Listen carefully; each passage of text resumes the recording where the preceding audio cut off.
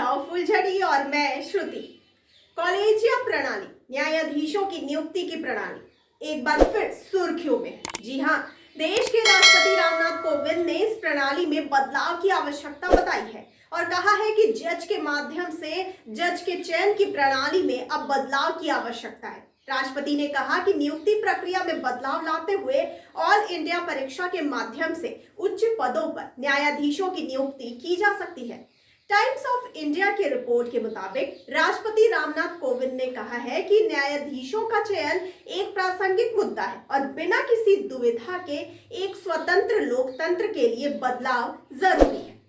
राष्ट्रपति जिस collegium system में बदलाव की बात कर रहे हैं, आखिर ये है क्या?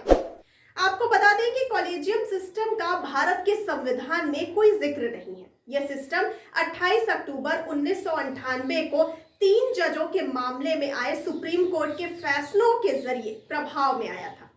कॉलेजियम सिस्टम में सुप्रीम कोर्ट के चीफ जस्टिस और सुप्रीम कोर्ट के 4 वरिष्ठ जजों का एक पैनल जजों की नियुक्ति और तबादले की सिफारिश करता है।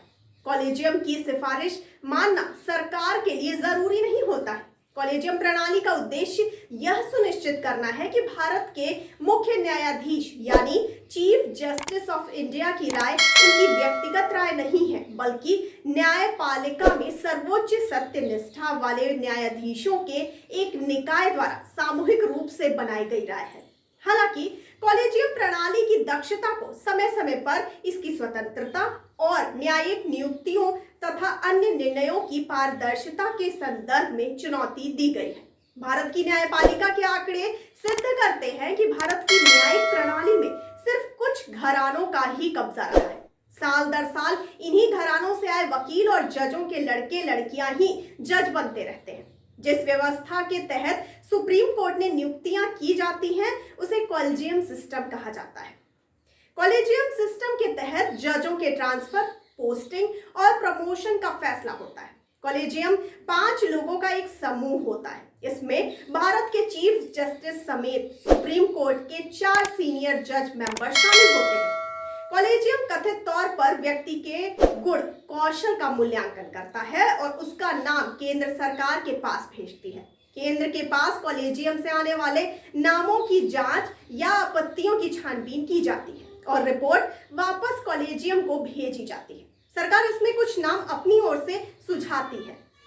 कॉलेजियम केंद्र द्वारा सुझाए गए नए नामों और कॉलेजियम के नामों पर केंद्र की आपत्तियों पर विचार करके फाइनल दोबारा केंद्र के पास भेजती है। इस तरह नामों को एक दूसरे के पास भेजने का यह क्रम जारी रहता है और देश में मुकदमों की संख्या दिन प्रतिदिन बढ़ती जाती है। आपको बता दें कि जब कॉलेजियम किसी वकील या जज का नाम केंद्र सरकार के पास दोबारा भेजती है तो केंद्र को उस नाम को स्वीकार करना ही पड़ता है। लेकिन कब तक स्वीकार करना है, इसकी कोई समय सीमा नहीं है।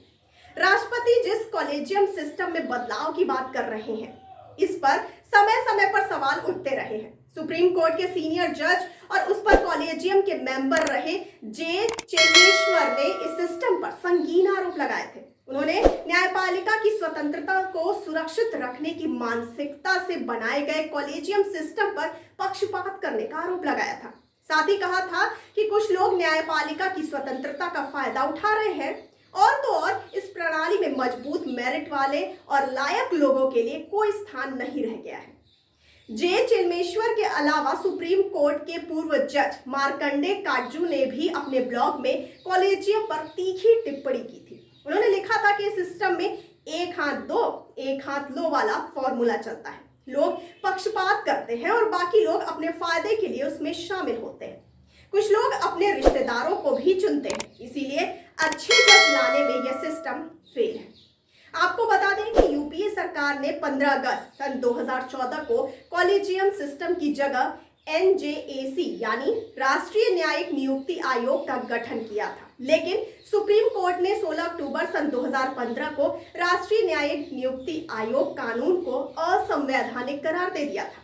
इस प्रकार वर्तमान में भी जजों की नियुक्ति और तबादलों का निर्णय सुप्रीम कोर्ट का कॉलेजियम सिस्टम ही करता है।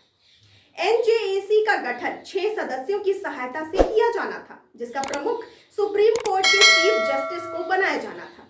इसमें सुप्रीम कोर्ट के 2 वरिष्ठ जजों, कानून मंत्री और विभिन्न क्षेत्रों से जुड़ी 2 जानी मानी हस्तियों को सदस्य के रूप में शामिल करने की बात थी।